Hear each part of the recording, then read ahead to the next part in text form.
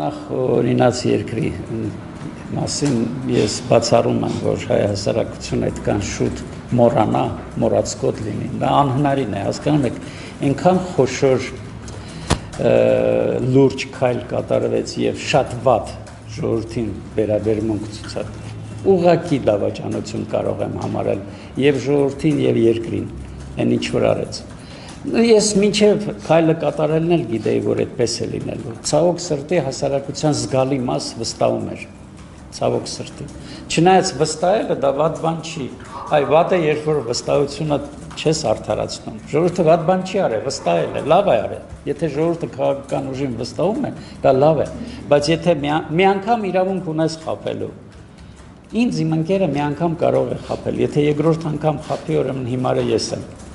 Մի անգամ ընկեր եմ, վստահում եմ, ընկեր ունեմ, վստահում եմ, ինքը ինձ խաբեց։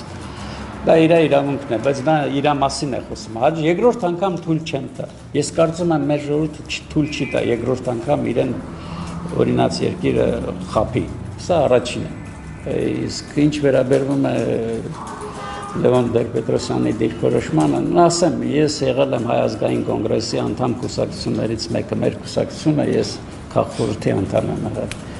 Գնահատում եմ այդ կառույցը, այդ գաղափարը շատ որպես փայլուն գաղափար Լևոն Տեր-Պետրոսյանի կողմից ստեղծել 18 կուսակցությունների այսպես միասնական շարժում եւ այդպիսի քաղաքական խորհուրդ, որտեղ որոշումները կոնսենսուսով էին ընդունվում։ Դա փայլուն գաղափար էր։ Մինչև այսօր այդ գաղափարը ինձ շատ է դուր գալիս, երևի նկատել եք հենց առաջի պահին, երբ որ ՀԱԿ կուսակցություն ստեղծվեց, մենք նույնիսկ փորձում էինք պահպանել, բայց դա մեր ուժը չհերիքեց, որ կարողանանք։ Փայլուն գաղափար էր, ճիշտ մոտեցում էր, ժողովուրդն էլ վստահեց եւ պատահական չի վստահեց։ Նախ կար ակնհայտ առաջնորդ եւ կար 18 կուսակցությունների համատեղ քննարկումների միջոցով որոշումներ կայացնող կառույց։ Ժողովուրդը վստահեց, քաղաքական էլիտան ինձնից եմ սկսում չարթարացրեց ժողովրդի սպասելիքները, փաստացի հաղթանակ տարած ժողովրդի քաղաքական ձևակերպումը չկարողացավ քաղաքական էլիտան տալ։ Եվ այդ փլուզումը սկսվեց հենց այն պահից, երբ որ Լևոն Տեր-Պետրոսյանը, եթե հիշում եք, քաղաքագիտական նպատակներից ելնելով, այդպես էլ ձևակերպեց միտինգներից մեկում, որ ինքը գտնում է, որ պիտի հնչեցնի դա 100,000 ժողովուրդ կանգնած, որ Բարգավաճ Հայաստանի հետ ինքը սկսում է գործընթաց։ Այդ պահից սկսվեց քայքայվել ՀԱԿ-ը եւ ի վերջո բերեց նրան, որ ՀՀՇ-ն վերածվեց ՀԱԿ կուսակցության։ Մի կուսակցություն, ոչ մի կուսակցություն եւ չմիացավ։ Եվ այսօրվա դիրքորոշումը Լևոն Տեր-Պետրոսյանի ինքը շարունակում է այդ ուղին։ Այն դեպքում, որ կյանքը ցույց տվեց, որ ինչքան ինքը փորձում է Բարգավաճ Հայաստանի հետ համագործակցությունը խորացնի, այնքան ինքը մենակ է մնում։ Այնքան դաշտը եւ հասարակությունը սկսում է հրաժարվել, հեռու է։ Իսկ Քոչարյանի վերադարձի մասին կարելի է խոսել։ Ես վերջացնեմ սա, հա, ավարտեմ, ասեմ դա էլ։ Եվ ես գտնում եմ, որ այն ինչ որ ինքը նորից շարունակում է, ինքը այսպես էր մտածում, մենք փորձենք իշխանությունից փոխենք ԲՀԿ-ն, դրանով թուլացնենք, իշխանությունը քանդենք, հակառակը տեղավ, ինքը ԲՀԿ-ն ինչքան փոխում է, այնքան ՀԱԿ-ը քանդվեց։ Արդյունքը, այդ ազգային շարժման արդյունքը եղավ 10 զո 7 մանդատ։ Սա 4 տակը, որ մնացորդային տեսնում ես 10 զո 7 մանդատ եւ հասարակության հիասթափություն, այն վստահությունը, որ ուներ։ Դրա համար ես չեմ գտնում, որ դա ճիշտ է։ Ես ԲՀԿ-ում բացի ֆինանսական միջոցներից, ռեսուրսներից, ես ուրիշ բան չեմ տեսնում։ Ոչ միտք կա, ոչ գաղափար կա, ոչ կա օլիգարխ մի, որը գլխավորում է այդ կառույցը, ինքն էլ անկեղծորեն ասում է, որ ինքը ընդդիմություն չի, որովհետև ինքը շատ լավ հասկանում է, ինքը չի եղել, չի եւ չի էլ կարող դառնալ ընդդիմություն։ Եթե դառնա իսկապես ընդդիմություն, իսկապես մեկ շաբաթում, ինչպես Լևոն Տեր-Պետրոսյանն էր ասում մի քանի տարի առաջ, իրենք կդարձնեն ոչ ոք։ Չի կարող նա լինել ընդդիմություն։ Մարդը անկեղծորեն ասում է, ես ընդդիմություն չեմ։ Ստիպված են մյուս 3 ուժը ընդդիմադիր ուժերից դառան ոչ իշխանական, որ կպնի։ Միայն թե Բարգավաճ Հայաստանին կպնի, բայց ես ինչքան էլ համաձայն չլինեմ, ինչքան էլ ես վերջերս այսպես քննադատաբար եմ խոսում մեր առաջին նախագահի հասցեին, ես գիտեմ, չէ, ինչ մեծություն է նա, ինչ լուրջ քաղաքական գործիչ է, ուր Լևոն Տեր-Պետրոսյան, ուր ՀՀԿ նախագահ, ես անհամեմատելի մեծություններն են քաղաքական իմաստով, տնտեսական իմաստով կամ մեկ այլ իմաստով, ասենք մեղվաբուծության կամ չգիտեմ,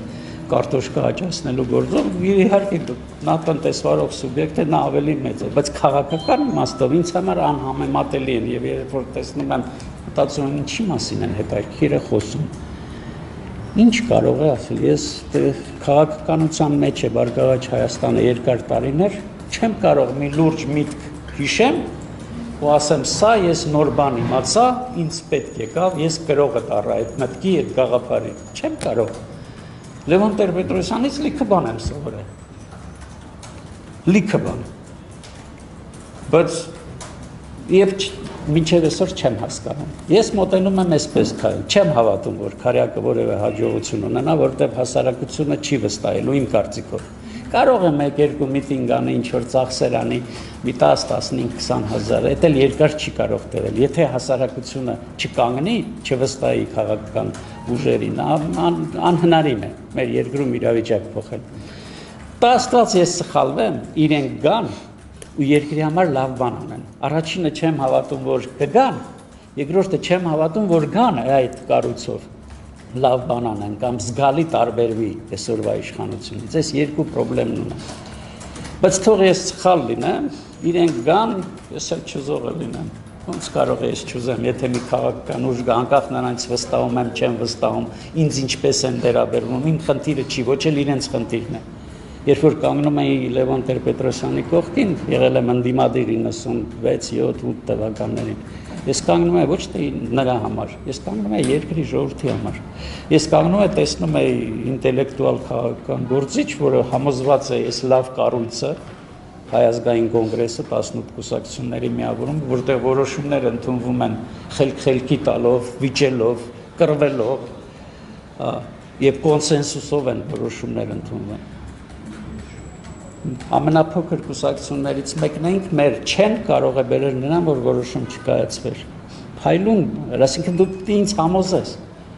Ես ինչ որ տեղեր կզիջեմ 17-ը մի բան ասեմ, բայց ցավոք սրտի դա չկայացավ։ Հույս չունեմ, որ ինչ որ ավելի լավ բան կարող է ստացվել։ Այդ Լևոն Տեր-Պետրոսյանի իսկ հարցազրույցի հետ կապված ասեմ, այնտեղ ես